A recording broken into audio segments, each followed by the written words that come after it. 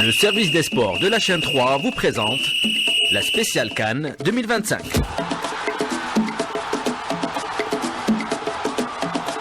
Hamza, bonjour.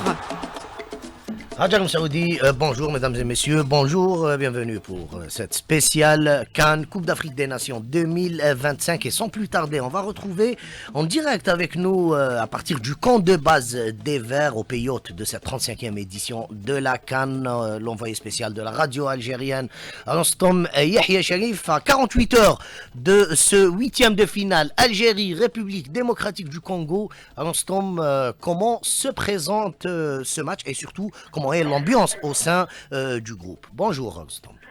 Bonjour Hamza, eh bien comme vous venez de le dire à 48 heures de ce match important, ce choc de ces huitièmes de finale Algérie, République démocratique du Congo, eh bien d'abord la séance d'entraînement se déroulera cet après-midi à partir de 17 heures et on verra surtout si Ryan Aït-Nouri pourra reprendre les entraînements ou pas. Vous le savez, hier Ryan Aït-Nouri eh bien n'a pas pu continuer la séance d'entraînement, atteint d'une forte grippe, il a dû arrêter sa séance d'entraînement et rentrer à l'hôtel mis en quarantaine par rapport à cette forte grippe. Il y a également les blessures toujours de Jawan Hadjam et également Samir Shelgi.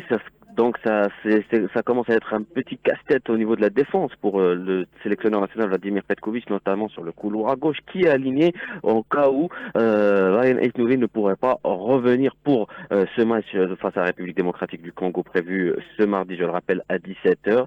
Peut-être la dernière solution qui lui reste, c'est Mehdi Dorval, qui l'a fait jouer d'ailleurs lors du dernier match face à la Guinée équatoriale sur le couloir gauche. Et puis il y a eu le retour à l'entraînement de Mohamed Amin Tougaï, qui s'est entraîné seul hier avec le préparateur physique, avec un programme spécifique pour son retour et sa reprise des entraînements. Et je rappelle que demain aura lieu la conférence de presse d'avant-match pour Vladimir Petkovic, avant également la zone mixte prévue avec les joueurs lors de la séance d'entraînement. Hamza Ahmouni. Merci beaucoup Alstom Yahya Sharif, je rappelle que vous étiez en direct avec nous à partir du camp de base des Verts.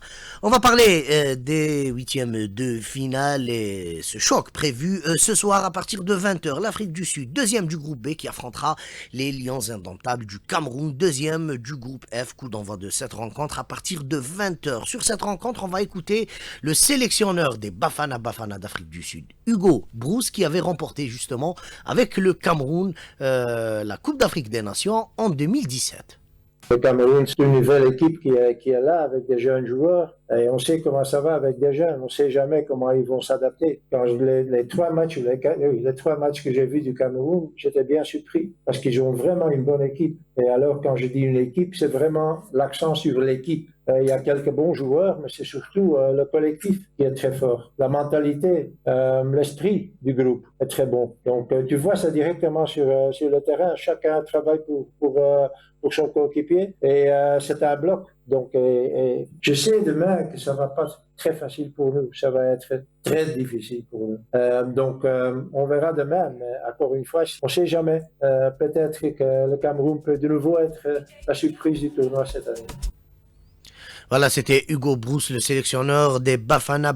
Et à présent, on va écouter David Pagou, le sélectionneur des Lions indomptables du Cameroun. Nous sommes dans notre bulle, donc aucune pression. Nous avançons tout doucement. On est en train de construire quelque chose avec ces garçons. Ils nous rendent ça bien. Aux entraînements, dans la tanière, c'est beau, c'est intéressant. Donc on ne peut être que fiers. Bon, maintenant, sur le terrain, ils vont montrer aussi qu'ils peuvent challenger avec les gros. Donc voilà, n'oubliez pas qu'en si peu de temps, ils ont montré qu'ils pouvaient faire de belles choses. Mais on continue d'être dans notre bulle et de progresser step by step. Parce que c'est très important. L'équilibre est trop fragile, donc il faut rester concentré. Donc la pression, on essaye d'être dans nos carapaces. Afrique du Sud, Cameroun, coup d'envoi ce soir à partir de 20h. Hier, le Sénégal, première équipe qualifiée en quart de finale après avoir battu le Soudan sur le score de 3-1. Pape Gueye élu homme du match grâce à son doublé. Et justement, on va écouter Pape Gueye, le joueur des Lions de la Teranga, en conférence de presse. Le plus important, c'est d'avoir gagné ce soir. je suis très content de la réaction de l'équipe. On a été menés et on arrive à gagner ce match. Lui, c'est vrai qui fait mal, notamment parce que je suis fautif sur ce but-là. Mais en regardant le visage de chacun, j'ai vu de la sérénité. On l'a montré dans un match contre le Congo, qu'on était capable de revenir au score. Ce soir, c'est ce qu'on fait. Donc voilà, on est très contents. L'autre huitième de finale a opposé les Aigles du Mali aux Aigles de Carthage hier soir. Match nul, un but partout au terme des 120 minutes. Ferenc Chouat avait ouvert le score pour les Tunisiens à la 88e minute. Lassine Sinayoko a égalisé à la 90e minute, plus 6 sur penalty. Le Mali qui a joué en infériorité numérique depuis la 27e minute après l'expulsion de Koulibaly au Woyo et au tir au but. Les Maliens se sont imposés 3 buts à 2, notamment grâce après le tir raté de Mohamed Ben Ramdan, l'attaquant de l'Espérance de Tunis. On va écouter sur cette qualification la star malienne Seydou Keita qui était présent dans les gradins pour soutenir les Aigles du Mali. C'est vraiment une fierté. Maintenant, pour vous reposer, pour regarder le quart de finale attaquer, Inch'Allah. Et on va continuer à se battre, Inch'Allah. Je pense sincèrement que c'est quelque chose d'extraordinaire pour le football malien. Jouer à 10 contre 11, ce n'était pas facile. Ce n'était vraiment pas facile. Les enfants, ils se sont vraiment bien battus comme des lions. Voilà, donc c'était Seydou Keita, l'ex-capitaine emblématique des Aigles du Mali. Ibrahima Sissoko, le joueur malien également, s'est exprimé sur la qualification. On l'écoute. On a montré qu'on savait tenir un match et à la fin, les pénaltys, Djigui, on sait qu'il est fort dans cet exercice-là. Et aujourd'hui, il nous a sorti une grande performance. On est très heureux d'être au prochain tour. Maintenant, on doit bien se reposer parce qu'on veut continuer dans cette calme. Défendu tous ensemble. On a défendu tous ensemble. Voilà, on ne faisait qu'un. Ils n'ont pas beaucoup tiré au but. On a essayé quelques fois de faire des comptes. Ça n'a pas été difficile. C'était un match qui se jouait mentalement, surtout dans la tête. C'est ce qui fait notre force aujourd'hui aussi. Exactement. Et il faut continuer comme ça. La Tunisie, c'est une des grosses nations en Afrique. Il fait souvent la Coupe du Monde, souvent qualifié phase finale de la CAN. On sait, le Mali les a souvent joués. C'est toujours des matchs très difficiles, des matchs fermés. Et voilà, aujourd'hui, ça nous a souri à nous. Voilà donc un premier quart de finale déjà connu, un choc entre le Sénégal et le Mali. Et justement, sur cette affiche en quart de finale Sénégal-Mali, on va écouter Ibrahima Sissoko. C'est une très belle affiche, je contre le Sénégal. On est maliens, on a tous des amis sénégalais ou de la famille. Le prochain match, je sais qu'il y aura aussi beaucoup de supporters. Tant mieux pour nous, quoi. J'espère qu'on les entendra comme on les a entendus aujourd'hui. Et voilà.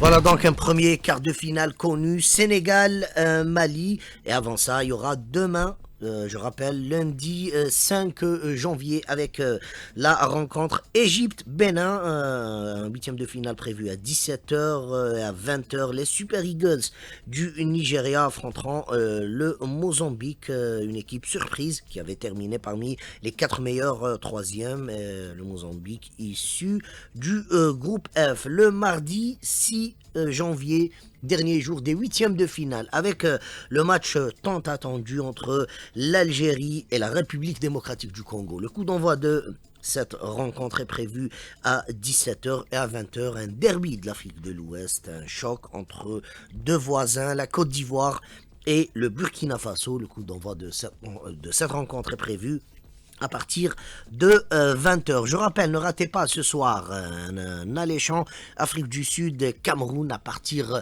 de 20h, une des rencontres qui sera sans doute très suivie parmi dans cette CAN, notamment à cause du niveau de ces deux équipes, les Bafana qui avaient été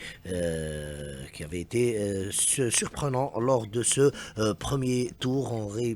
Après avoir réussi à remporter 2 matchs et qui ont réussi d'ailleurs même à épater sur le plan du jeu, en face une équipe du Cameroun qui a traversé une crise avant cette CAN, avec notamment le conflit entre les pouvoirs publics et la fédération camerounaise présidée par Samuel Eto'o Fils. Ne ratez pas également ce soir à partir de 20h la spéciale Coupe d'Afrique des Nations sur les ondes d'Alger Chaîne 3. Comme chaque jour, des résumés et avec plus de détails et des réactions des joueurs sur cette 35e édition de la phase finale de la Coupe d'Afrique des Nations. C'est la fin de cette page spéciale Coupe d'Afrique des Nations. Merci de nous avoir prêté attention. Excellente écoute sur les ondes d'Alger Chaîne 3.